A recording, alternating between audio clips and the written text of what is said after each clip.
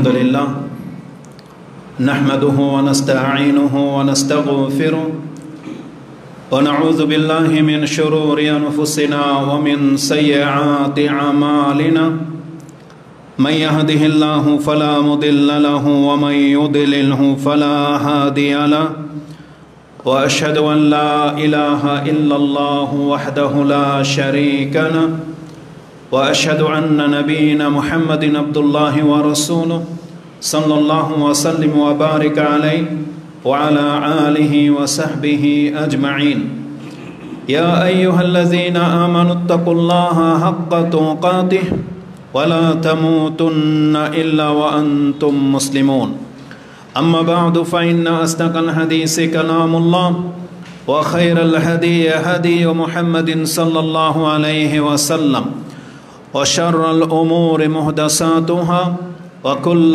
محدثة بدعة وكل بدعة ضلالة وكل ضلالة في النار فقد قال الله تبارك وتعالى في كلامه المجيد بعد أعوذ بالله من الشيطان الرجيم واذكرنا ما يتلى في بيوتكن من آيات الله والحكمة إن الله كان لطيفا خبيرا وعن عائشة قالت نعم النساء نساء الأنصار لم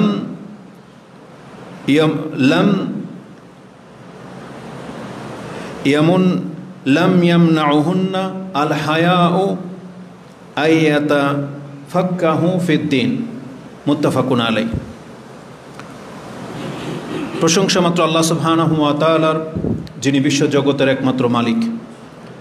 যে আল্লাহ সুবহানাহু ওয়া তাআলা তিনি তার পক্ষ থেকে একটি কিতাব নাজিল করেছেন, যার মাধ্যমে আমাদেরকে শিক্ষা দিয়েছেন এমন কিছু যা আমরা জানতাম না, এবং এই শিক্ষা দেওয়ার মাধ্যমেই তিনি আমাদেরকে সম্মানিত করেছেন, এবং এই জ্ঞানকেই আল্লাহ সুবহানাহু ওয়া তাআলা দুনিয়া এবং পরকালের কল্যাণের মূল সাবাব বানিয়েছেন।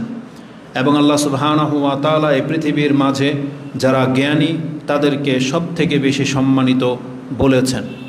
আমরা আল্লাহ সুবহানাহু ওয়া তাআলার প্রশংসা করি, যিনি সব কিছুর উপরে ক্ষমতাবান, যিনি সব কিছু সম্পর্কে জ্ঞান রাখেন এবং যিনি আমাদেরকেও জ্ঞানী করার ব্যবস্থা রেখেছেন। আমরা বলি আলহামদুলিল্লাহ। সালাতু ওয়াস সালাম প্রিয় নবী মুহাম্মদুর রাসূলুল্লাহ সাল্লাল্লাহু আলাইহি ওয়াসাল্লামের প্রতি, যার উপরে এ মহাগ্রন্থ আল কোরআন নাজিল করা হয়েছে, যে কোরআনের মাধ্যমে তিনি সব থেকে বেশি সম্মানিত হয়েছেন, এবং তার পাশাপাশি তার উম্মাহ হিসাবে বিগত সমস্ত উম্মাহ থেকে আমরাও সম্মানিত হতে পেরেছি। আমরা সেই রাসূলের প্রতি সালাত এবং সালাম পাঠ করি, যার মাধ্যমে আমরা দুনিয়া এবং পরকালের কল্যাণ হাসিল করব। আমরা বলি আল্লাহুম্মা সাল্লি ওয়া সাল্লিম ওয়া বারিক আলা নবিয়িকা মুহাম্মদ।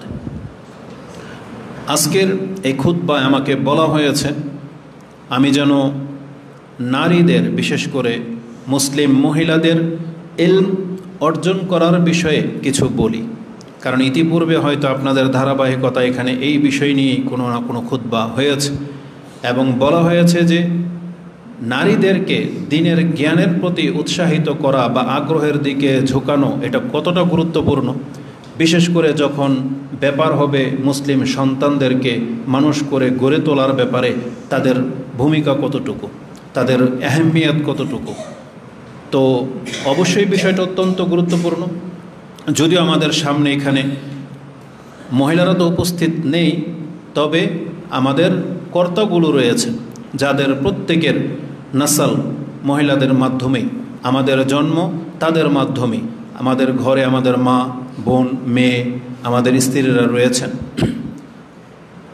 আপনাদের থ্রুতে আমরা কথাগুলো তাদের পর্যন্ত পৌঁছতে চাচ্ছি, এবং এই রেকর্ড যতদিন পর্যন্ত যায় এটা যেমন পুরুষরাও দেখে, তেমনি আমাদের মহিলারাও এখান থেকে শিক্ষা নিতে পারতেছে। তো এটা আলহামদুলিল্লাহ আল্লাহ সুবহানাহু ওয়া তাআলার অনেক বড় একটা অনুগ্রহ যে এই মাধ্যমেও মানুষ ঘরে বসে এখন ইলম শিখতে পারে। তো যখন এই বিষয় নিয়ে কথা বলতে বলা হয়েছে, তখন আমি ভাবলাম যে এই বিষয় নিয়ে কথাটা কিভাবে এই অল্প সময়ের মধ্যে গুছিয়ে বলা যায়। আপনি যখন কোরআন হাদিস ঘাঁটবেন তখন দেখতে পাবেন স্পেসিফিকভাবে মহিলাদের সম্পর্কে তেমন কোনো আলোচনা নাই। সব আয়াতগুলো মনে হচ্ছে যেন পুরুষদের জন্যে, এমনটাই মনে হবে। আমার কাছেও মনে হয়েছিল যে এই বিষয়ে কথা বলার মতো আমি কোনো দলিল পাবো কোথায়, হাদিস কোরআনে তেমন কোনো কথা নাই। কিন্তু সুবহানাল্লাহ, যদি সামান্য কিছু কথাও বলি তাও 1.5 ঘন্টা লেগে যাবে। কোরআন হাদিসকে যদি আপনি সুন্দর করে বোঝার চেষ্টা করেন, লক্ষ্য করেন, তাহলে আপনি দেখতে পাবেন যে আয়াতগুলো একজন পুরুষকে সম্বোধন করা হয়েছে ওই একই আয়াত মহিলাদেরকেও সম্বোধন করা হয়েছে। এই জন্য মহিলার পুরুষ পৃথক কোনো বিষয় না। আল্লাহর বিধান পালন করার ক্ষেত্রে, সম্মানিত হওয়ার ক্ষেত্রে, জান্নাত জাহান্নামের ক্ষেত্রে মহিলার পুরুষ আল্লাহ সুবহানাহু ওয়া তাআলা আলাদা করে ভাবেনি, বরং তাদের দায় দায়িত্ব ভিন্ন, কিন্তু যেই আদেশগুলো একজন পুরুষের জন্য সেই একই আদেশ মহিলাদের জন্য। তো এই বিষয় নিয়ে আজকে কথা বলার চেষ্টা করব ইনশাআল্লাহ। তার আগে আমি আপনাকে বলে দিই, বর্তমান পরিস্থিতি এই বিষয়টা হয়তো অনেকের কাছে প্রাধান্য পাবে না, কারণ বর্তমান চারদিকে আপনি বিশৃঙ্খলা দেখতে পাচ্ছেন। প্রায় অঞ্চলগুলোতে মারামারি, কাটাকাটি, তারপরে যুদ্ধ, রাহাজানি, আর বাংলার জমিনের অলিতে গলিতে এই বিপর্যয় লেগেই আছে, আর দিন দিন এগুলোর মাত্রা বাড়ছে। এই পরিস্থিতিতে এই শিক্ষার প্রতি গুরুত্ব আরোপ করলেও এটা আমি নিশ্চিত, বা পরিস্থিতি থেকে আমরা যেটা বুঝতেছি, জ্ঞান নেওয়ার মতো প্রশান্ত অন্তর এবং সেই পরিবেশ হয়তো আমাদের হাতে আর বেশি দিন বাকি নাই। আপনি চাইলেও আল্লাহর কালাম পাঠ করবেন, চাইলে একটা দোয়া মুখস্থ করবেন, সেই পরিস্থিতি আমরা হারিয়ে ফেলছি। খুব শীঘ্রই এই বিপর্যয় আমাদের উপরে আসবে, যেটা চারদিকে ছড়িয়ে গেছে। এতদিন যেটা ফিলিস্তিনে ছিল, এটা আমাদের পার্শ্ববর্তী রাষ্ট্র এখন ইন্ডিয়া, পাকিস্তানে শুরু হয়েছে, কাশ্মীরে শুরু হয়েছে, এবং এই লেশ বাংলাদেশ পর্যন্ত আসবে। তবে আল্লাহ সুবহানাহু ওয়া তাআলা তিনি যতদিন চান তিনি আমাদেরকে নিরাপত্তা ততদিন দিতে সক্ষম। তবে আমরা আল্লাহর কাছে এই সমস্ত বিপর্যয় থেকে আশ্রয় কামনা করতেছি, এবং আমরা দোয়া করে, আল্লাহ তুমি আমাদেরকে নিরাপত্তা দিয়ে দাও, বলেন আমিন। তো তারপরে আল্লাহ সুবহানাহু ওয়া তাআলা আমাদের তাকদিরে যেটা রেখেছেন এটা খণ্ডন করার মতন ক্ষমতা কারো নাই। তবে আল্লাহ সুবহানাহু ওয়া তাআলা আমাদেরকে এটাও বলে দিয়েছেন, যখন কোনো ব্যক্তির উপরে বিপদের কোনো আশঙ্কা থাকে আর তারা যদি চায় সেখান থেকে পরিত্রাণ হওয়ার জন্য কিছু করা যাবে, তাহলে করা উচিত। কিন্তু আমরা আজও পর্যন্ত বাংলার জমিনে 18 কোটি মানুষ যেখানে বসবাস করি, সেখানে অসংখ্য সোলজার বা মুজাহিদ হওয়ার মতন পুরুষ বাংলার জমিনে আছে, কিন্তু সবাই যার যার মতো করে ব্যস্ত। যে যেই পার্টি করে, যে যেই দল করে, সেই দল নিয়েই সে উৎফুল্ল। যে যে বিজনেসের সাথে জড়িত, যে যে কাজের সাথে জড়িত, রাত পোহালে সে ওই টেনশন নিয়েই তার দিন হয়। দুনিয়া কোথায় গেল এদিকে সে ভাবে না, একবার ভাবে না যে বাংলার জমিন টিকে থাকলে আমার রাজনীতি টিকবে, বাংলার জমিন টিকে থাকলে আমার ব্যবসা বাণিজ্য টিকবে। যদি আমার জমিনই না থাকে, আমার ঘরে যদি না থাকে, তাহলে সেখানে আমার এই চিন্তা ভাবনায়, শান শৌকতে, ব্যস্ততা আমাকে কি উপকার দেবে?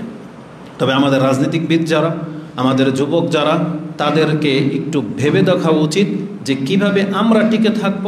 আমাদেরকে সেই প্রচেষ্টা করা উচিত ছিল। আজকে আমরা যেভাবে আমোদ প্রমোদে মেতে উঠি, যেভাবে আমরা খাদ্য নিয়ে খুব বেশি উৎফুল্ল, অথচ সে অনুযায়ী আমাদের ডিফেন্সের তেমন কোনো ব্যবস্থা নাই। অথচ আমাদের উচিত ছিল একটা স্বাধীন রাষ্ট্র হিসেবে সেটাকে রক্ষা কীভাবে করা যায় ওই শক্তি অর্জন করা। আর উপরন্তু যেখানে আমরা মুসলিম, 90% মুসলিম, আমরা বিলীন হয়ে যাওয়া মানে অন্যান্য মানুষদের মতো না, কারণ আমরা হলাম মুসলিম, ইসলাম পালন করা ব্যক্তি। এই জমিনে যদি আমরাই না থাকি, তাহলে আল্লাহর দিন পালন করবে কে? এটা হচ্ছে পৃথিবীর ইতিহাস। রাসূলুল্লাহ সাল্লাল্লাহু আলাইহি ওয়াসাল্লাম বদরের যুদ্ধের দিন 313 জন এই সোলজারদেরকে নিয়ে বদরের প্রান্তে যখন যুদ্ধে জড়ান, তখন মাঠে নামার আগে রাসূলুল্লাহ সাল্লাল্লাহু আলাইহি ওয়াসাল্লাম তিনি আল্লাহর কাছে দোয়া করতেছেন এবং আল্লাহর কাছে বলতেছেন, আল্লাহ ইন তুহলিক হাযিহিল ইসাবাতা মিন আহলিল ইসলাম লাম তুবাদ ফিল আরদ আল্লাহুম্মা আনজিজলি মা ওয়াআতানি আল্লাহুম্মা আতি মান ওয়াআতানি ওয়াআতানি। রাসূলুল্লাহ সাল্লাল্লাহু আলাইহি ওয়াসাল্লাম তিনি আল্লাহর কাছে দোয়া করতেছেন এই বলে, আল্লাহ এই যে মাত্র 313 জন মুসলিম হয়েছে, তোমার গোলাম, তোমার ইবাদত করে, আজকে যদি এই কাফেরদের হাতে এই 313 জন যদি মরে যায়, এদেরকে যদি আজকে হালাক করে দাও, তাহলে এই জমিনে তোমার আর ইবাদত করার মতো কেউ থাকবে না। এইভাবে আল্লাহর কাছে দোয়া করতেছে। তারপর আল্লাহ বিজয়ী দান করলেন। তাহলে আজকে আমরা বাংলার জমিনে যারা আল্লাহর কথা বলি, যারা মানুষকে বলি আল্লাহকে সেজদা করতে, যাদেরকে বলি যে সমস্ত কিছুকে বাদ দিয়ে আল্লাহর প্রতি ঈমান আনতে, এই মুসলিমগুলা যদি বাংলার জমিনে না থাকে, তার এটা পত্তলিকরা, পুতুল পূজারীরা দখল করে নেবে।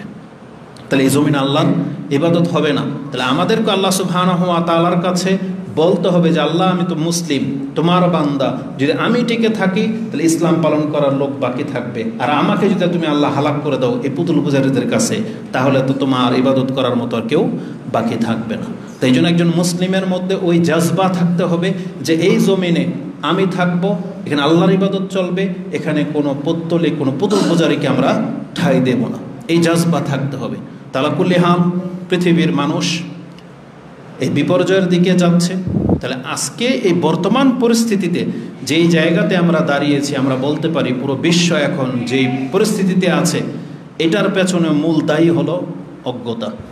এই শিক্ষা না থাকার কারণে মানুষ যত বেশি অজ্ঞ ধর্ম থেকে, তত বেশি তাদের মাঝে এই বিপর্যয়গুলো দেখা দিচ্ছে এবং দিন দিন আরও যাবে। কারণ রাসূলুল্লাহ সাল্লাল্লাহু আলাইহি ওয়াসাল্লাম বলেছেন এটা হচ্ছে কিয়ামতের একটা আলামত। কি? যে দিন যত যাবে তখন পৃথিবী থেকে এলেম উঠে যাবে, অজ্ঞতা বিরাজ করবে। এই মর্মে আমাদের বেশ কিছু বক্তব্য হয়ে গেছে। এটা ছিল আজকে কিয়ামতের পর্ব সম্পর্কে 14 নম্বর পর্ব, কিন্তু ভাইয়ের বলাতে তখন ওই বিষয়টাকে আমি স্কিপ করেছি। তো কিয়ামতের আলামতের পর্বগুলোর মধ্য থেকে গত খুতবায় আমরা আলোচনা করেছি এই পৃথিবী থেকে এলেম উঠে যাবে। আনাস রাদিয়াল্লাহু তাআলা আনহু থেকে রাসূলুল্লাহ সাল্লাল্লাহু আলাইহি ওয়াসাল্লাম, ইমাম বুখারী এবং মুসলিম তাদের এলমের অধ্যায়, ইমাম বুখারী তার 3 নম্বর অধ্যায় কিতাবুল এলম, আর মুসলিমে হাদিসটি তার 48 নম্বর অধ্যায়, এটাও কিতাবুল এলমের মধ্যে উল্লেখ করেছেন। হাদিস বুখারীতে 80 এবং মুসলিমে হাদিসটি 6678 রয়েছে যে রাসূলুল্লাহ সাল্লাল্লাহু আলাইহি ওয়াসাল্লাম বলেন, ইন্না মিন আশরাতিস সাআ, নিশ্চয়ই কিয়ামতের আলামতের মধ্যে এটা একটা লক্ষণ আলামত, আইয়ুরফা আল এলম, এলমকে উঠিয়ে নেওয়া হবে, ওয়াসবুত আল জাহাল, মূর্খতায় পৃথিবীতে বিরাজ করবে, ওয়ুশরাব আল খামর, মদ পান মানুষ লেগে যাবে, আর ওয়াজহারু আজ-জিনা, এবং মানুষ জেনায় লিপ্ত হবে, প্রকাশ্যে জেনায় লিপ্ত হবে। এই পৃথিবীর চিত্র ওই দিকে যাবে, আর ওটাই হলো কিয়ামতের কাছাকাছি সময়ের লক্ষণ। তার মানে দিন যত যাচ্ছে মানুষ তত বেশি নেশার দিকে ঝুঁকতেছে, দিন যত যাচ্ছে মানুষ এই মহিলাই জেনার কাজে ধরা পড়তেছে, ওপেন ভিডিওর মাধ্যমে এসে জেনা করে ভিডিও করে টাকা কামাচ্ছে। ওই পর্যায়ে চলে আসছে বাংলাদেশে এখন, যেটা ইউরোপ আমেরিকায় হয়তো প্রকাশ্য করে, ঠিক বাংলার জমিনে এভাবে প্রকাশ্য শুরু হয়ে গেছে। তাদেরকে বাধা দেওয়ার মতন কোনো লোক নাই, তাদেরকে রুখে দেবে এরকম কোনো সরকার শাসক নাই। কারণ শাসক এটা বোঝেই না যেটা ইসলামের সবচেয়ে বড় একটা নোংরা কাজ, যেটা চরমভাবে হারাম করা হয়েছে। কিন্তু সরকার এগুলো নিয়ে মাথা ব্যথা নাই, সে তার কুর্সি নিয়ে ব্যতিব্যস্ত, কারণ তার সরকারিত্ব টিকতেছে না, সে ওগুলো দেখার সময় পাচ্ছে না। এইভাবে একদিন এই পৃথিবীতে এই খারাপ কাজগুলো বিস্তার লাভ করবে এবং এলেম উঠে যাবে। তাহলে আজকে দিন দিন কোরআন হাদিসের এলেম, যেটা আল্লাহর পক্ষ থেকে নাজিল করা হয়েছিল, সেটা আস্তে আস্তে বিলুপ্ত হয়ে যাচ্ছে। এবং মূর্খতাই যেই যুগটাকে বলা হয় আইয়ামে জাহিলিয়া, তারপরে ইসলাম এসেছিল, আবার বাংলার জমিন বা পৃথিবী এখন ওই জাহিলিয়াতের দিকেই যাচ্ছে। যেই যুগে প্রকাশ্যে পুতুল পূজা করা হতো, যেই যুগে পতাকা টাঙানো থাকতো, যেখানে ব্যবসা বৃত্তি করা হয়, এখানে মদের আড্ডা বার রয়েছে, ওই যুগটাকে কিন্তু রাসূলুল্লাহ সাল্লাল্লাহু আলাইহি ওয়াসাল্লাম জাহিলিয়াতের যুগ বলেছিলেন। যে যুগের মহিলারা উন্মুক্ত চলাফেরা করতো, ব্রু প্লাট করতো, মাথার চুল খোপা উঁচা করতো, সবগুলো এখন বর্তমানে আবার পৃথিবীর মানুষের মাঝে পাওয়া যায়। এখানে একটা আশ্চর্যজনক বিষয় কি জানেন? আমি তো সৌদি আরবে দেখে আসছি, বা আমরা জানি, আমাদের দেশ আর সৌদি আরবের সাথে যদি তুলনা করেন না, আরব দেশগুলো, সৌদি আরব বলেন, বাহার, কাতার, কুয়েত, গালফ আরব দেশ, যেখানে রাসূল এসেছিল, সেই দেশ আর আমাদের দেশের সাথে একটু যদি তুলনা করেন, তাহলে একটা আশ্চর্যজনক একটা জিনিস দেখতে পাবেন। সেটা কি জানেন? এই পৃথিবী তখন অন্ধকারে ছিল, জাহিলিয়াতের যুগ, মানে মূর্খ ছিল সবাই। আল্লাহ ইসলাম দিলেন, আরবরা ইসলাম গ্রহণ করলো। তখন থেকে নিয়ে আজ পর্যন্ত 1450 বছর হয়ে গেছে ইসলামের বয়স। আরবরা ইসলাম গ্রহণ করলো। ইসলাম গ্রহণ করার ফলে, ইসলাম পালন করার ফলে আল্লাহ যে নিয়ামতের কথা বলেছেন, তাওহীদের বুনিয়াদের উপরে ভিত্তি করে যে প্রশান্তি, যে খাদ্য, যে রিজিকের ভান্ডার আল্লাহ যে বলেছেন, আরবরা 1400 বছর ধরে ভোগ করেই যাচ্ছে, নাকি না? তাদেরকে আল্লাহ সুবহানাহু ওয়া তাআলা এতটা নিরাপত্তা সমৃদ্ধশালী করেছে ইসলাম পাওয়ার পর, আর এখন তারা আবার খারাপের দিকে যাচ্ছে। এক পর্যায়ে বেশি খারাপ হয়ে যাবে, আবার জাহিলিয়াত তারা গ্রহণ করবে, আবার ধ্বংস হবে। কিন্তু মাঝখান থেকে তারা 1400 বছর আল্লাহর নিয়ামত রিজিক ভোগ করে যাচ্ছে, প্রশান্তির সাথে আছে। হাজারকে মাইল আপনি ট্রাভেল করেন, রাস্তার মধ্যে কোনো বাধা বিঘ্ন নাই, কোনো পেরেশানি নেই, কোনো টেনশন নাই। আপনি আটকে যাবেন, হেল্প করার মতন কেউ না কেউকে পেয়ে যাবেন। 1400 বছর হয়ে গেল। আর বাংলার জমিনে ওই ইসলাম 1400 বছর পৃথিবীতে ধরে বেঁচে আছে, কিন্তু বাংলার জমিনে আজও পর্যন্ত ওই ইসলামটা আমরা গ্রহণও করলাম না, আবার জাহিলিয়াতের যুগে ফিরে যাচ্ছি। মাঝখান থেকে 1400 বছর আমরা ইসলামের নিয়ামতটা কি এটা বাংলার জমিনের মানুষ বুঝতেই পারল না। চিন্তা করা যায়? অথচ আমরা মুসলিম, কিন্তু ইসলাম যে নিয়ামত, যে সমৃদ্ধ, যে প্রশান্তি রয়েছে এটা আরও পুরো 1400 বছর ধরে ফিল করে গেল, কিন্তু তার পার্শ্ববর্তী রাষ্ট্র আমরা এখন পর্যন্ত ইসলামের সেই বেনিফিটটাই পেলাম না। আবার পৃথিবী ধ্বংস হয়ে যাওয়ার সময় চলে আসছে, অথচ আমরা ওই মূর্খ যুগের লোক মূর্খই রয়ে গেলাম। এটা একটা আশ্চর্যজনক ব্যাপার। তো বলা যায় না আমাদের এই বক্তব্য মানুষের কতটুকু স্পর্শ করবে, তবে পরিস্থিতি এটাই। দুঃখ লাগে যে আজ থেকে 1400 বছর আগের কোরআন পড়ে আছে, এখন পর্যন্ত অধিকাংশ মানুষকে যদি আপনি মাঠে দাঁড়িয়ে জিজ্ঞেস করেন কারা কোরআন পড়তে পারো, অধিকাংশ হাত উঠবে না। কারা কোরআন বোঝো, ওই হাতগুলো ঝরে যাবে। কারা কোরআনের প্রতি আমল করো, হয়তো হাতই খুঁজে পাওয়া যাবে না। অথচ এই কিতাবটা আপনার পকেটে আছে 100 বছর ধরে, মানে আমাদের জন্ম যতদিন ধরে কোরআনটা আমাদের ঘরে, কিন্তু এখন পর্যন্ত পড়া শিখলাম না। তারা তো মরার সময় চলে আসছে, তার মানে ইসলাম আসলো আবার চলে যাচ্ছে, আর আমি আর আপনি মাঝখান থেকে পৃথিবীতে বসবাস করে গেলাম 70-80 বছর, কিন্তু এখন পর্যন্ত ইসলাম না জানলাম, না ইসলাম মানলাম, না বাংলার জমিনে কবে ইসলাম কায়েম হবে। আর যেদিন ইসলাম কায়েম হবে ওই দিন দেখা যাবে যে পৃথিবী কিয়ামতের সময় চলে আসছে, সেই বেনিফিট আমরা আর পেলাম না। এটা আমাদের জন্য অত্যন্ত দুর্ভাগ্যের একটা ব্যাপার। তবে আল্লাহ সুবহানাহু ওয়া তাআলা তিনি কি ইচ্ছা করেছেন এটা আল্লাহই ভালো জানেন, যে পৃথিবী আরও কত শত বছর বা কত বছর বাকি থাকবে। হতে পারে যদি আরও 500-1000 বছর আল্লাহ বাঁচিয়ে রাখেন, তাহলে আমরা আল্লাহর কাছে দোয়া করব, আল্লাহ যেই নিয়ামতটা আরবরা ভোগ করেছে আল্লাহ তুমি এটা বাংলার জমিনে দিয়ে দাও, আমাদেরকে সেই তাওহীদবাদী বানিয়ে দাও, যাতে করে আমরা এই বাংলার জমিনের মধ্যে আরব দেশের মতন পুতুলগুলাকে সব নিশ্চিহ্ন করে দিতে পারি। এখানে আল্লাহর গোলামি ছাড়া আর কারো গোলামি করবে না, এমন একটা জেনারেশন আল্লাহ তুমি আমাদেরকে দান করো, আমিন। তো কথা হচ্ছে যে দুঃখ লাগে। তো এর পেছনে মূল কারণ কি? ওই এলেম উঠে যাওয়া, দিন দিন এলম গায়েব হয়ে যাচ্ছে। তা আমরা আমাদের মূল বিষয়ের দিকে ফিরে আসি। বিষয়ে যখন নারীদের জন্য যে তাদের দিন শিক্ষার গুরুত্ব কতটা, তখন আমি বলবো ব্যাপারটা যেহেতু মুসলিম আমরা এবং মহিলারা, আমরা যেহেতু মুসলিম, আমাদের ধর্ম ইসলাম, সেখানে নারী আর পুরুষ পৃথক করে কোনো কথা আসবে না। বিশেষ করে এলেম শিক্ষার ব্যাপার যখন হবে তখন আলাদা করে কোনো কথা আসবে না। ওই আয়াতগুলো তাদের জন্য যেগুলো একজন পুরুষের জন্য। যেমন কোরআনে আল্লাহ সুবহানাহু ওয়া তাআলা বলেছেন, ইয়া আইয়ুহান নাস, হে মানুষ তোমরা শোনো। তার মানে যেখানেই বলা হয়েছে হে মানুষ, তার মানে মহিলারাও মানুষ, পুরুষরাও মানুষ। ওই সমস্ত আয়াতগুলো ওই মহিলাদের জন্য। যেখানে আল্লাহ বলেছেন ইয়া আইয়ুহান নাস উবুদু রাব্বাকুমুল্লাযী খালাকাকুম, হে মানুষ তোমরা সেই রবের ইবাদত করো যে রব তোমাদেরকে সৃষ্টি করেছেন। তার মানে এখানে পুরুষ মহিলা সবাই সমান। তারপরে আল্লাহ সুবহানাহু ওয়া তাআলা বলেছেন ইয়া আইয়ুহাল্লাযীনা আমানু উদখুলু ফিস সিলমি কাফা, হে ইমানদার যারা নিজেকে ইমানদার বলে দাবি করো, তুমি ইসলামে পরিপূর্ণর সাথে প্রবেশ করো। এখানে পুরুষ মহিলা আলাদা আছে না? সবাই শামিল, কারণ মহিলারাও ঈমান এনেছে, আমরাও ঈমান এনেছি। তার এই ধরনের আয়াতগুলো সব পুরুষ মহিলা শামিল। তার মানে এখানে পৃথক করার কোনো অপশন নাই। ঠিক ইলমের ব্যাপারে আল্লাহ সুবহানাহু ওয়া তাআলা বলেছেন ইলম প্রত্যেকের উপরে ফরজ, জানতে হবে। আল্লাহ সুবহানাহু ওয়া তাআলা আমভাবে বলেছেন কোরআনের একটা আয়াত, কুল হাল ইয়াস্তাওয়ি আল্লাযীনা ইয়ালামুনা ওয়াল্লাযীনা লা ইয়ালামুন ইন্নামা ইয়াতাযাক্কারু উলুল আলবাব। এটা সূরা জুমার 39 নম্বর সূরার 9 নম্বর আয়াতে আল্লাহ বলেছেন, হে নবী আপনি বলে দেন পৃথিবীর মানুষের কাছে, যারা জানে আর যারা জানে না তারা কি সমান? নিশ্চয়ই যারা বিচক্ষণ তারাই আল্লাহর উপদেশকে গ্রহণ করে। এখানে পুরুষকে বলা হয়েছে নাকি মহিলাকে বলা হয়েছে? আল্লাহ বলেছেন সবাই শোনো, যেই ব্যক্তি জানে আর যে জানে না তারা কোনোদিন সমান হতে পারে না। এটা যেমন একজন পুরুষের জন্য, ঠিক এটা একজন মহিলার জন্য। যেমন পুরুষের মধ্যে যেমন জ্ঞানীদেরকে সম্মান দেওয়া হয়, তাদের কাছ থেকে মাসলা মাসাইল গ্রহণ করা হয়, আপনি ইতিহাস পড়েন দেখতে পাবেন মহিলাদের মধ্যে যারা জ্ঞানী তাদেরও মাসলায় কিন্তু আমরা গ্রহণ করি। যেমন হাদিস বর্ণনা করেছেন আবু বকর, তারটা যেমন গ্রহণযোগ্য, মহিলা হিসেবে তার মেয়ে আয়েশা রাদিয়াল্লাহু তাআলা আনহার হাদিসও আমাদের কাছে গ্রহণযোগ্য।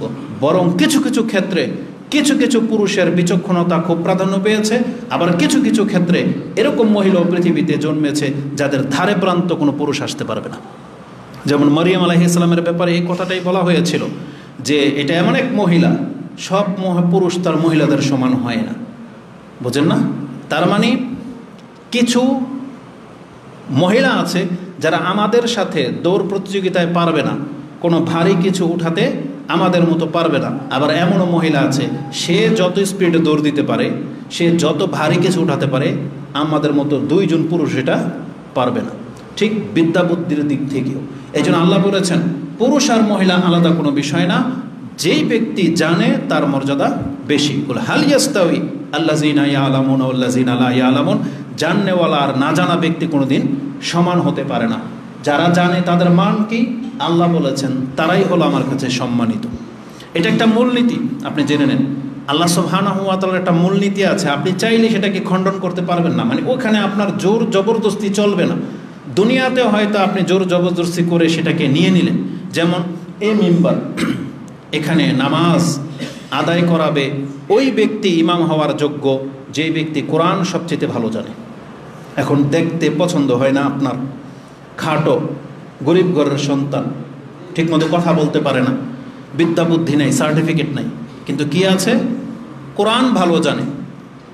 আল্লাহ সুবহানাহু ওয়া তাআলা বিধান করেছেন ইমামতি করবে সেই ব্যক্তি যার কোরআন সম্পর্কে জ্ঞান আছে, তাই না? এটা মসজিদের মধ্যে আজও বহাল আছে।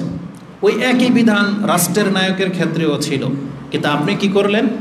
সেটাকে টাকার জোর দিয়ে, ক্ষমতার জোর দিয়ে সেটা জ্ঞানীদেরকে আর দিলেন না, সেটা নিজে নিয়ে নিলেন। এখন এলাকার সমস্ত নেতাগুলা এলমের ভিত্তিতে হয় না, হয় শক্তি আর টাকার ভিত্তিতে। তো দুনিয়াতে তো আপনি সেই জোরটা খাটালেন, কিন্তু কিয়ামতের মাঠে আল্লাহ সুবহানাহু ওয়া তাআলার নিয়মকে যদি আপনি ফলো করেন তাহলে দেখতে পাবেন আল্লাহ বলেছেন আল্লাহর কাছে সম্মানিত হওয়ার মাপকাঠি হচ্ছে দুইটা। কি কি? প্রথম বিচার করেন প্রথম থেকে। আল্লাহ বলেছেন আমার সৃষ্টির মাঝে যত কিছু আছে, পায়খানার পোকা থেকে নিয়ে শুরু করে ফেরেশতা পর্যন্ত যত সৃষ্টি আছে, তার মধ্য থেকে সম্মানিত হচ্ছে মানুষ। এটা আল্লাহ নিয়ম করেছে, আল্লাহ মানুষকে সম্মান দিয়েছে। তারপর আল্লাহ বলেছেন এখন মানুষের মধ্যে সবাই সমান না, আল্লাহ বলেছেন মানুষের মধ্যে সম্মানিত হচ্ছে মুসলিম, যারা আল্লাহর প্রতি ঈমান এনেছে। তার মানে হাজার কোটি মানুষ যারা আল্লাহর প্রতি ঈমান আনে নাই, শিরিক করে, নাস্তিক, আল্লাহ বলেছেন তাহলে মানুষ হওয়া সত্ত্বেও কেউ সম্মানিত হবে না, বরং আল্লাহ বলেছেন ও পশুর চাইতে নিকৃষ্ট।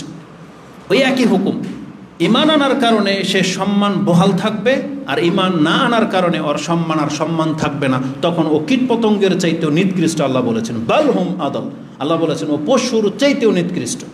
বা আল্লাহ বলেছেন ইন্না শাররা দাওয়াবি ইনদাল্লাহি সুম্মুম বুকমুল লাযী লা ইয়াকিলুন।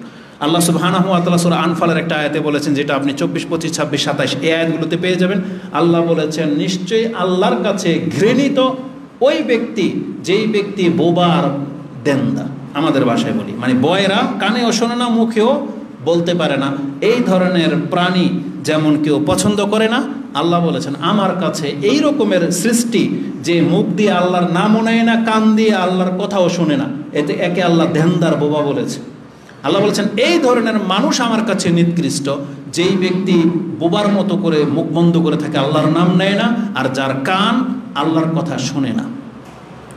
তো পৃথিবীতে আল্লাহ বলেছেন মানুষ সম্মানিত। মানুষের মধ্যে কে সম্মানিত? মুসলিম সম্মানিত। এখন সব মুসলিমকে সমান? আল্লাহ বলেছেন না।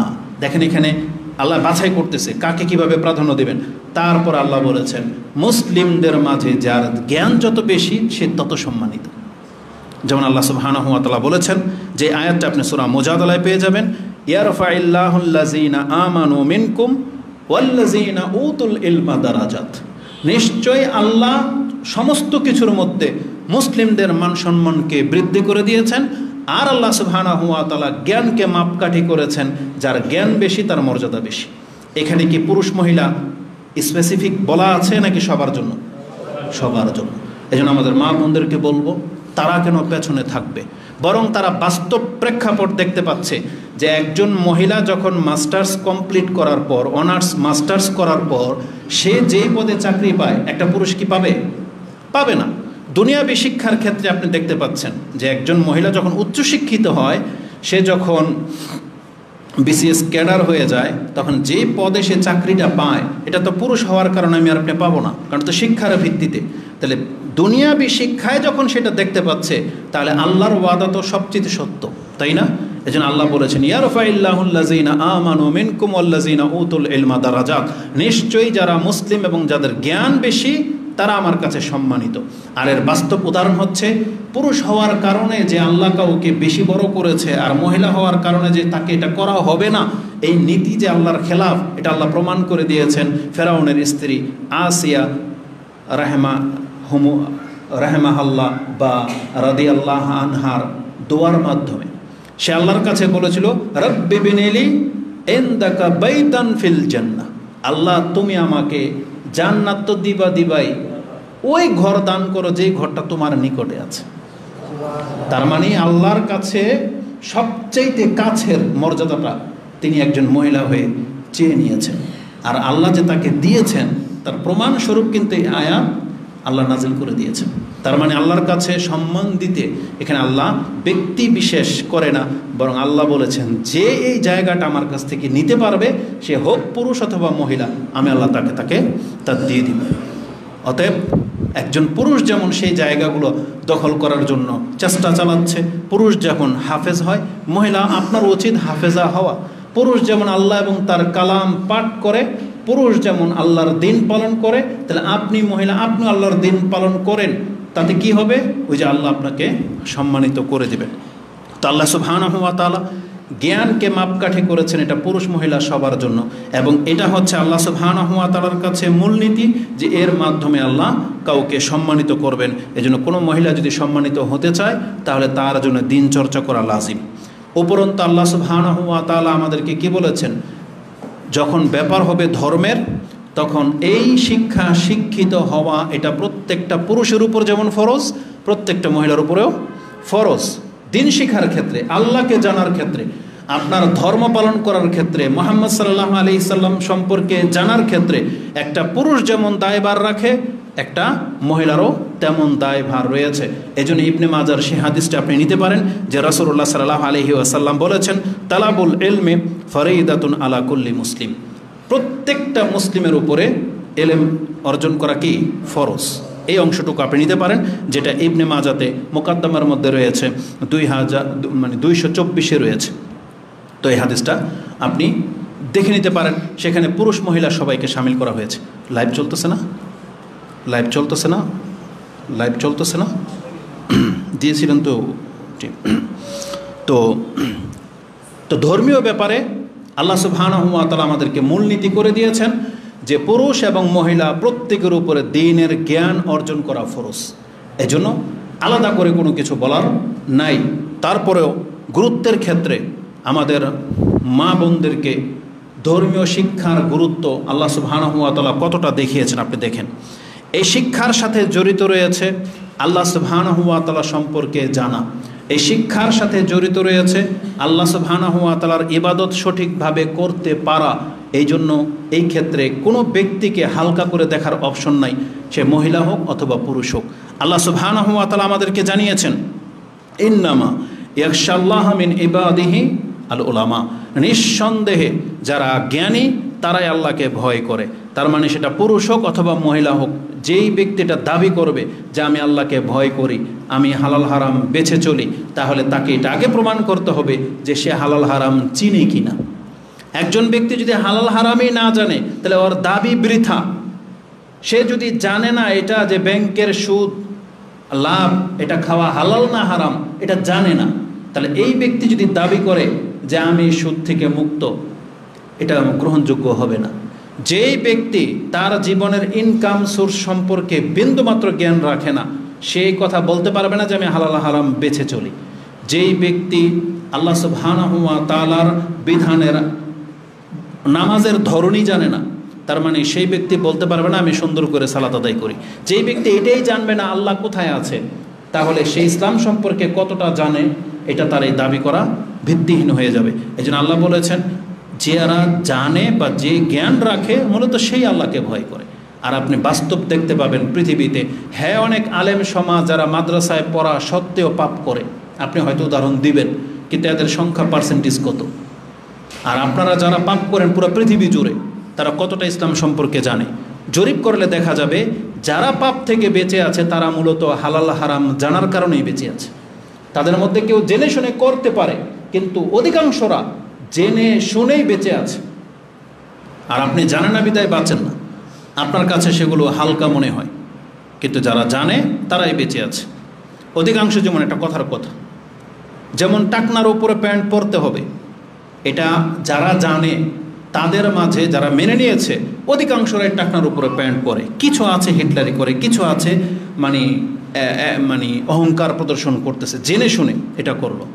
কিন্তু আপনারা যারা জানেন না, আপনাদের সংখ্যা বেশি। পুরো পৃথিবীর মধ্যে 100 জন মানুষের মধ্যে 90 জনের প্যান্ট টাকনার নিচে, কিন্তু জিজ্ঞেস করেন ওইটা জানেই না যেটা হালাল না হারাম। এই জন্য হয়তো টাকনার উপরে উঠায় না, কারণ ওই শিক্ষাইও পায়নি। তো বোঝা যাচ্ছে যে না জানা ব্যক্তি, তার মানে সেই ব্যক্তি ধর্ম থেকে বেশি সরে যায়।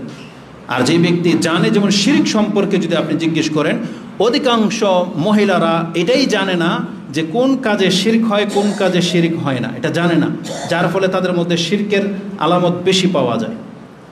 তাদেরকে এটা শিক্ষাই দেওয়া হয়নি। এই জন্য জরুরি যে আপনি যদি আল্লাহকে ভয় করতে চান তাহলে শিক্ষার বিকল্প কিছুই নেই। এই জন্য যারা ইসলাম বোঝে তারাই দেখবেন অধিকাংশরাই পাপ থেকে বেঁচে আছে বা হালাল হারাম বেঁচে চলে। যাদের এই জ্ঞানটা তামিজ নাই তারা এগুলোকে প্রক্ষেপ করে না। তা আল্লাহ বলেছেন জ্ঞান শিখতে হবে এই জন্য, যেহেতু জ্ঞানীরাই আল্লাহ সুবহানাহু ওয়া তাআলাকে ভয় করে। উপরন্ত রাসূলুল্লাহ সাল্লাল্লাহু আলাইহি ওয়াসাল্লাম আমাদেরকে বলেছেন এই পৃথিবীতে জ্ঞানের মর্যাদাটা কত। একজন পুরুষকে তো শিখতে হবেই। ইসলামের নীতিমালা হলো সে তার পরিবারের লোকদেরকেও শিখাবে, এমনকি তার ঘরে যদি কোনো চাকরানি দাসী থাকে, শুধু কাজের মহিলা না, দাসী, সেই দাসীকে পর্যন্ত আল্লাহ সুবহানাহু ওয়া তাআলা শিক্ষা দিতে বলেছেন কর্তাকে। রাসূলুল্লাহ সাল্লাল্লাহু আলাইহি ওয়াসাল্লাম থেকে ইমাম বুখারী একটা হাদিস এনেছেন, এটাও ইমাম বুখারী তার ইলমের অধ্যায় এনেছেন, যে 3 শ্রেণীর মানুষ ডাবল ডাবল নেকি পায়। এমন ব্যক্তি, যেই ব্যক্তি আহলে কোরআন মানে আহলে কিতাব, যে ঈসা আলাইহিস সালাম বা মূসা আলাইহিস সালামের প্রতি ঈমান এনেছিল, আবার মুহাম্মদ সাল্লাল্লাহু আলাইহি সাল্লামের প্রতি ঈমান এনেছে, এই ব্যক্তির যে কোনো ইবাদতে ডাবল নেকি পাবে। তারপরে বলা হয়েছে যেই ব্যক্তি কৃতদাস, এই কৃতদাস যদি আল্লাহর হক আদায় করে আর তার মালিকের হক আদায় করে, এই কৃতদাসের ইবাদতে ডাবল ডাবল নেকি। আর এমন পুরুষ ডাবল নেকি পাবে যেই কোনো ইবাদতে, যেই পুরুষ সম্পর্কে বলা হয়েছে ওয়ারাজুলুন কানাত ইনদাহু আমাতুন, যার কাছে একটা দাসী আছে, আর এই দাসীর সাথে সে কি করেছে, ফাআদ্দাবাহা ফাআহসিনা তা'দীবাহা, সে তাকে আদব কায়দা শিখালো, উত্তম আদব কায়দা, ওয়া আল্লামাহা ফাআহসানা তা'লিমাহা, এবং তাদেরকে শিক্ষা দিল উত্তম বিষয়ের শিক্ষা, এবং কি করলো, সুম্মা আতাকাহা ফাতাজাওয়াজাহা, এই দাসীকে জ্ঞানী বানিয়ে এখন তাকে মুক্ত করে দিয়ে বিয়ে করে সম্মানিত স্ত্রী হিসাবে মর্যাদা দিল, স্বীকৃতি দিল। রাসূল সাল্লাল্লাহু আলাইহি ওয়াসাল্লাম বলেছেন ফালাহু আজরান, তাহলে এই পুরুষ ডাবল নেকি পাবে। এক মূর্খকে শিক্ষা দেওয়ার কারণে, আর এক কৃতদাসীকে স্ত্রী হিসেবে প্রাধান্য দেওয়ার কারণে তার জীবনের আমলকে আল্লাহ সুবহানাহু ওয়া তাআলা ডাবল নেকি দিবেন। তার মানে এখানে কোন জিনিসটাকে হাইলাইট করা হচ্ছে, সেটা হচ্ছে যে একজন কৃতদাসীকে শিক্ষা দেওয়ার মর্যাদা ইসলামে এতটা দেওয়া হয়েছে, তাহলে সেই ক্ষেত্রে আপনার মেয়ে, আপনার স্ত্রী, আপনার ঘরের মহিলা যারা হবে, তাহলে তাদেরকে শিক্ষা দেওয়ার ব্যাপারে আপনি উদাসীন কেন হবেন? সেইটা কত গুরুত্বপূর্ণ বিষয়, যেখানে একটা কৃতদাসীকে শিক্ষা দিতে বলা হয়েছে ইসলাম। অতএব আমাদের মহিলাদেরকে ইসলাম খুব কঠোরভাবে আদেশ করেছেন, শর্তারোপ করেছেন যেন আমরাও তাদের জন্য এই শিক্ষার ব্যবস্থা করি। যার ফলে রাসূলুল্লাহ সাল্লাল্লাহু আলাইহি ওয়াসাল্লামের যুগ থেকে তিনি প্রথম যে মসজিদ বানিয়েছেন, সেই মসজিদেও মহিলাদের ব্যবস্থা ছিল। রাসূলুল্লাহ সাল্লাল্লাহু আলাইহি ওয়াসাল্লামের জীবদ্দশায় আপনি একটাও দেখাইতে পারবেন না যে কোনো একটা সময় ফিতনার ভয়ে বা কিছু রাসূল মহিলাদেরকে আলাদা করে দিয়েছেন, আপনি দেখাইতে পারবেন না। যেভাবে আপনারা বসে খুতবা শুনতেছেন, ঠিক পেছন দিকে মহিলারা বসতো, রাসূল সাল্লাল্লাহু থেকে সরাসরি খুতবা তারা শুনতো। তারা জ্ঞানী ছিল এই জন্য, কিন্তু আমরা ফিতনার বাহানা দিয়ে তাদেরকে পৃথক করে দিয়েছি। মার্কেটের মধ্যে, অটোর মধ্যে 5 টাকা বাঁচানোর জন্য আপনার মহিলা একটা পুরুষের লগে বসে যায় 5 টাকা বাঁচানোর জন্য, উনি আপনার ফিতনা হয় না। আর মসজিদে খুতবা শুনতে আসবে, আপনার হুজুররা ফতুয়া জারি করে দিল, এটা ফিতনা। এটা ফিতনা। ফিতনা মানে বুঝেন, আপনার মহিলারা তো দেখে আসলাম ওই যে মাঠে ঘাটে ধান শুকাচ্ছে, তাই না? গায়ে তো অর্ধেক কাপড়ও নাই, ধান শুকাচ্ছে আপনার মহিলারা, রাস্তাঘাটের ধান কাটতেছে, বাসায় নিয়ে আসতেছে, ওটা ফিতনা না? আর যখন বরকা পরে মসজিদে খুতবা শুনতে আসবে, এটা ফিতনা। ভণ্ডামির একটা সীমা আছে। তা আমরা বলতে গেলে বলবে যে এরা ফিতনাবাজ, বুঝছেন না? কিন্তু ফিতনা আপনারা সৃষ্টি করেছেন। আজকে মহিলাদেরকে ধর্মের জ্ঞান দেন নাই বিদায় তারা আল্লাহ সুবহানাহু ওয়া তাআলাকে চিনে না। কিছু হলেই তাবিজ কবজ টোটকার মধ্যে ঢুকে যায়, কিছু হলেই জাদু টোনার মধ্যে ঢুকে যায়, কিছু হলেই ওই যে জিন আর জাদুগ্রস্ত সব কিছুর মধ্যে মহিলারা পতিত। কেন?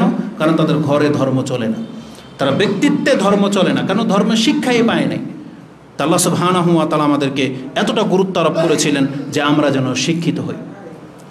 আজকে আমরা আমাদের দাসীদেরকে শিক্ষা দেব দূরের কথা। যে বললাম আপনি মুসলিম, আপনাকে বললে কর্তাই জানে না ধর্ম কি জিনিস, কর্তা নিজেই জানে না ধর্ম কি। সে তার মেয়েকে, তার কাজের মেয়েকে, তার স্ত্রীকে কি শেখাবে? কর্তা নিজেই জানে না ধর্ম কি জিনিস। অথচ মদিনার মহিলাদের অবস্থা কি জানেন? তারা কতটা বিচক্ষণ ছিল বা জ্ঞানের প্রতি তাদের কতটা আগ্রহ ছিল। ইমাম মুসলিম রাহিমাহুল্লাহ তিনি তার জুমার অধ্যায়ে একটা হাদিস কোট করেছেন 1899-তে। তাতে তিনি একজন মহিলার কথা উল্লেখ করেছেন, বিনতিল হারেসা ইবনু নোমান। হারেসা ইবনু নোমানের মেয়ে, তার মেয়ে এই হাদিস বর্ণনা করেছেন, কালাত মা হাফিজতু কফ, আমি সূরা কফ, এই 50 নম্বর সূরা, যেটাতে প্রায় 46টা আয়াত আছে। মা হাফিজতুল কফ, আমি সূরা কফ মুখস্থ করিনি, ইল্লা মিন ফি রাসূলিল্লাহি সাল্লাল্লাহু আলাইহি সাল্লাম, তবে মুখস্থ করেছি কেবলমাত্র রাসূলের মুখ থেকে শুনে শুনে। তার মানে আমি এটা কফ কোনো ব্যক্তির মুখ থেকে কোরআন মুখস্থ করিনি, তখন তো কোরআন লিপিবদ্ধই ছিল না। মুখস্থ বলতেছেন রাসূল পড়তো আর আমি রাসূলের মুখ থেকে শুনে শুনে সূরা কফ মুখস্থ করেছি। কিভাবে? সে বলতো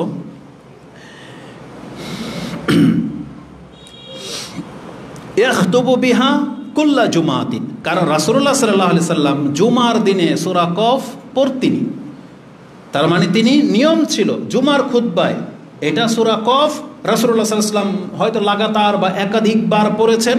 এই মহিলা বলতেছে আমি সেটা শুনে শুনে মুখস্থ করে নিয়েছি। কিভাবে সে শুনলো?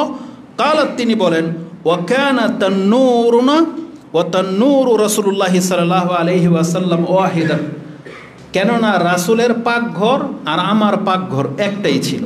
তার মানে হয়তো সেই মহিলা মসজিদের পাশে কোনো না কোনো এলাকায় থাকতো, কিন্তু এসে পাকশাক করতো কোথায়? যেখানে রাসূলুল্লাহ সাল্লাল্লাহু আলাইহি ওয়াসাল্লামের ওয়াইফরা, স্ত্রীরা পাকশাক করতো। তার মানে মসজিদের সাথে লেগে থাকার ঘরটাই তো আয়েশা রাদিয়াল্লাহু তাআলার ছিল না, হয়তো পাকঘরটা কাছাকাছিই ছিল। সে বলতো আমি পাকঘর থেকে রাসূলের মুখ থেকে শুনে শুনে সূরা কফ মুখস্থ করে ফেলেছি। তাহলে এটা আগ্রহ ছাড়া হবে? একটা মহিলা তোটা আগ্রহ থাকা সত্ত্বে তারা এটা করতে পেরেছে। অথচ কোরআন আপনি চাইলে এখন এই যে মোবাইলের মধ্যে আপনি পকেটে নিয়ে কোরআন বয়ে বেড়াচ্ছেন, অথচ আপনি চাইলেই তো কোনো বসে আছেন, ফিল করতেছেন, গেমস না খেলে, ভিডিও না দেখে, চ্যাট না করে আপনি চাইলেই তো একটা আয়াত মুখস্থ করতে পারতেন। কিন্তু 40 বছর 60 বছর পার হয়ে গেছে, আপনি এখন পর্যন্ত একটা সূরা মুখস্থ করতে পারেন নাই, সূরা ফাতিহা মুখস্থ করতে পারেন নাই। এটা কেমন লাইফ? অথচ রাসূলুল্লাহ সাল্লাল্লাহু আলাইহি ওয়াসাল্লামের যুগের মেয়েরা, মহিলারা এতটা তারা বিচক্ষণ ছিল যে রাসূলুল্লাহ সাল্লাল্লাহু আলাইহি ওয়াসাল্লামের মুখ থেকে তারা কোরআন মুখস্থ করে ফেলতো। আল্লাহু আকবার।